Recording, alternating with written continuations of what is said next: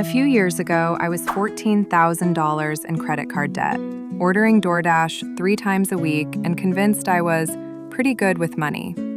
I wasn't bad at earning, I was bad at paying attention. So I started testing every money-saving tip I could find, and honestly, most of them were either unrealistic, exhausting, or made me feel like I was being punished for wanting a normal life.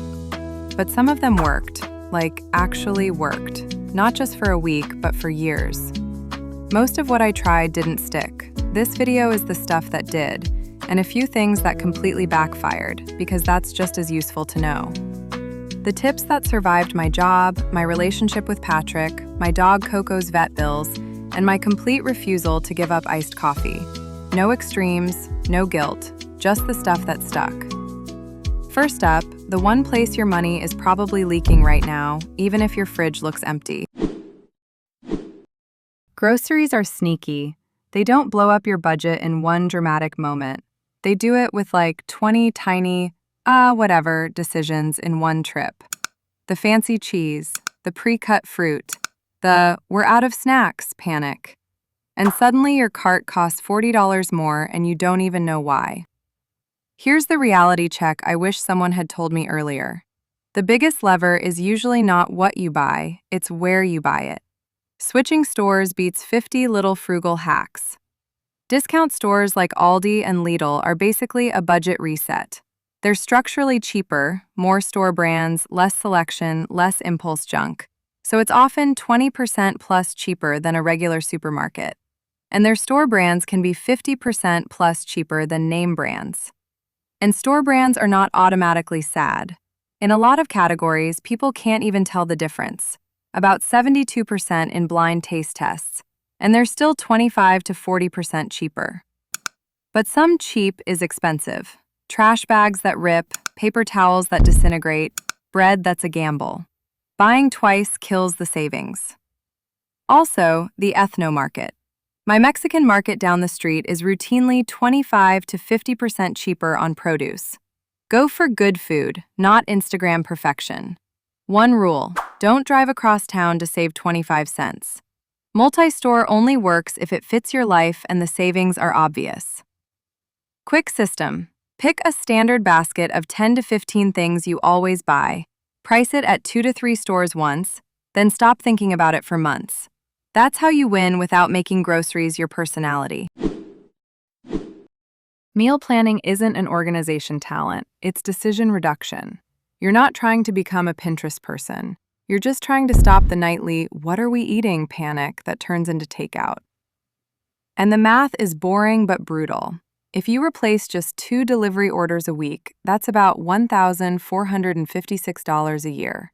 No diet, no fancy recipes, just fewer $35 decisions made while you're exhausted.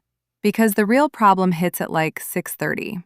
Patrick comes home from the shop, I've had 3 HR meetings back to back, and the fridge looks empty, even when it's not. That's when delivery feels like the only adult option. It's not. It's the easiest option. My minimal setup, 3 dinner ideas for the week, that's it, plus 1 planned emergency meal. Something freezer plus pantry, so stress doesn't cost you money. Repeats are allowed. Rotation beats creative cooking. Also, food waste is a hidden tax. Average household tosses about $762 a year.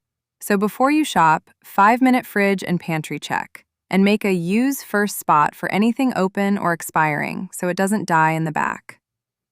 Meal planning saves money because it saves your brain. Impulse buys aren't a you're bad with money thing. They're a buying is way too easy now thing. One click, Face ID, done. And it's not small. The average person drops about $282 a month on impulse stuff. That's over $3,300 a year. That's a car repair. That's a whole emergency fund for a lot of people. My strongest filter is the 24 or 48-hour rule for anything that isn't actually necessary. If I still want it tomorrow, fine. But most of the time, that I need this feeling dies overnight. Like 80 to 90% of the wants just vanish. And you can help your future self by adding friction. Delete saved cards, turn off one click, Unsubscribe from marketing emails. Those are basically little spending invitations. And use your cart like a wish list. Add it, close the app, come back tomorrow. Sometimes you don't want it anymore. Sometimes they send a coupon. Either way, you win. Also, planned luxury is frugal. Because I forbid everything is how you end up rage buying $200 of nonsense. Last rule, if you only want it because it's on sale, you don't want it. Okay, I'm curious. What's your biggest impulse buy trigger? Mine was Target runs that were supposed to be 5 minutes. Tell me in the comments. I actually read them. Subscriptions and recurring charges are the fastest raise you can give yourself because you don't have to work harder. You just stop paying for stuff you barely use. Most people aren't failing at saving, they're just quietly leaking money. On average, it's like $127 to $200 a year in unused subscriptions, and honestly, I think that's conservative. Do this today. Open your banking app and scan the last 60 to 90 days for repeating charges. Mark anything you use sometimes. Because almost 1 in 4 people finds a forgotten charge at least once a month.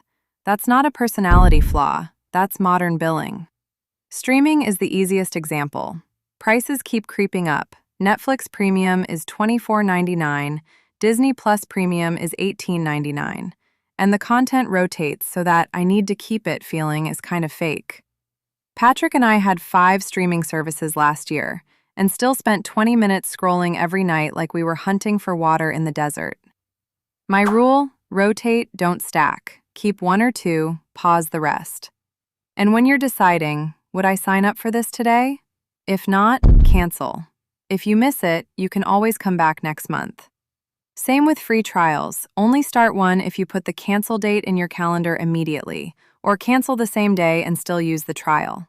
Because 65% of people forget.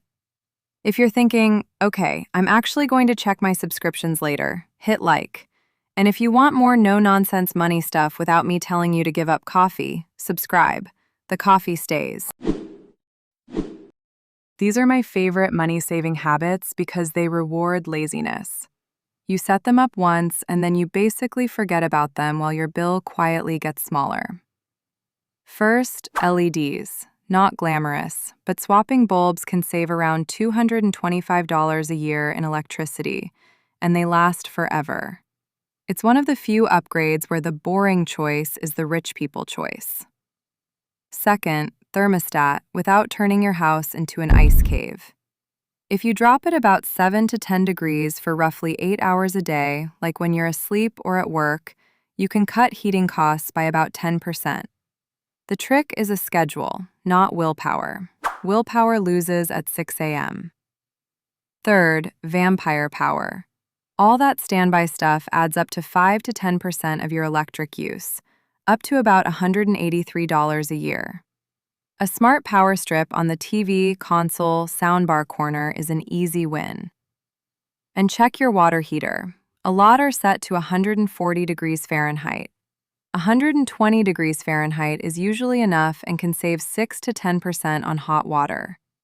Ours was at 140 for 3 years. Patrick saw it and goes, "Who needs boiling shower water?" Fair point. Okay, quick confession section. These are the frugal tips I tried that completely flopped for me. Extreme couponing? It didn't save me money. It ate my evenings. And it magically convinced me I needed shampoo in a scent called Arctic Volcano just because I had a coupon. That's not saving. That's a second job with no paycheck. Same with running to 5 different stores to save $10. $10 sounds great until you count gas, the extra hour, and the fact that you're irritated and now you want drive-through. I do 1 main store and 1 extra only if it's already on my route. Bulk buying without a plan is another trap. Almost 20% of bulk food ends up wasted, and families who went back to normal amounts saved about 15% net. I once bought a 5-pound bag of quinoa because the price per pound was so good. It sat in my pantry for 2 years. Then I threw it away. Fantastic deal. Also, the cut everything era. You can white-knuckle it for a month, and then financial fatigue hits. About 64% of people end up rebounding with impulse spending. And my personal classic, coffee cold turkey, lasted 2 weeks. What works is one planned coffee a week. At home, it's like 25 to 50 cents a cup versus $3 to $5 out. Frugal isn't maximum saving, it's minimum regret. Here's the habit that holds all of this together. 5-minute tracking. Not a perfect budget, not a color-coded spreadsheet that makes you feel like a responsible adult for 48 hours. Visibility. Because most money problems aren't math problems. They're a not paying attention problem. Different fix. My simplest system is honestly kind of embarrassing. I've done it for 3 years in my Notes app. Nothing fancy, just date, what it was, how much. That's it. Coco even has her own line because apparently the dog has opinions and they're expensive. Once a week, or quick daily if you're like me and you forget things, I scan the list and I label stuff loosely. Food and delivery, random impulse stuff, subscriptions. Those are the big leaks for most people, so that's where I look first. I'm not trying to track the exact cents on toothpaste. I'm trying to see the patterns. And the weird part is, when you know your top 3 money leaks, saving gets easier. Because you don't have to be good everywhere. You just have to plug the holes that are actually draining you. A few years ago, I couldn't have made this video. My money was chaos, and I was pretending it wasn't. Now, saving isn't willpower. It's a skill I learned once I finally looked at where my money was going. And it keeps getting easier every year.